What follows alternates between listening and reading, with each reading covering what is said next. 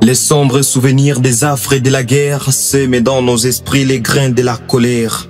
Quand le monde vacille au rythme des conflits, nos cœurs perdent la tranquillité. Ils deviennent indociles.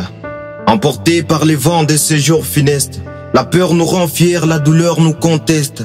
On agit trop souvent sans prendre de recul, cédant à l'émotion au lieu d'un plan plus lucide.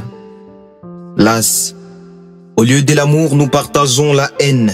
Chaque blessure ravive une rage soudaine, et nos cœurs en éclats réclament de venger les mal qu'ils ont reçus, sans vouloir discerner. Alors on frappe fort, dans chaque horizon on voit les coupables. On blesse les plus proches, on détruit les semblables. On isole nos peines derrière des murs trop lourds, et parfois l'innocent paie pour calmer nos détours. Hélas, la vérité périt sous les déluges. Quand la colère juge et que la peur réfute, on s'accuse entre nous, on salit la raison, et on croit au mensonge quand il prend les tons. La flamme ne s'éteint pas par une autre flamme. Éteignons nos colères par l'élan de nos âmes, avant d'agir que la modération guide nos esprits, car pour tout jugement faux, des innocents paieront les prix.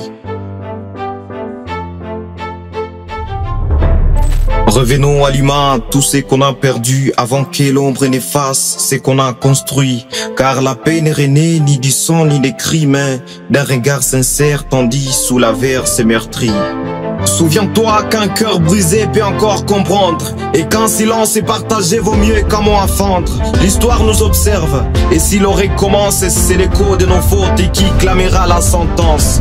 Souviens-toi qu'un cœur brisé peut encore comprendre, et qu'un silence est partagé vaut mieux qu'un mot à fendre. L'histoire nous observe, et si l'on recommence, c'est l'écho de nos fautes qui clamera la sentence. C'est l'écho de nos fautes qui clamera la sentence.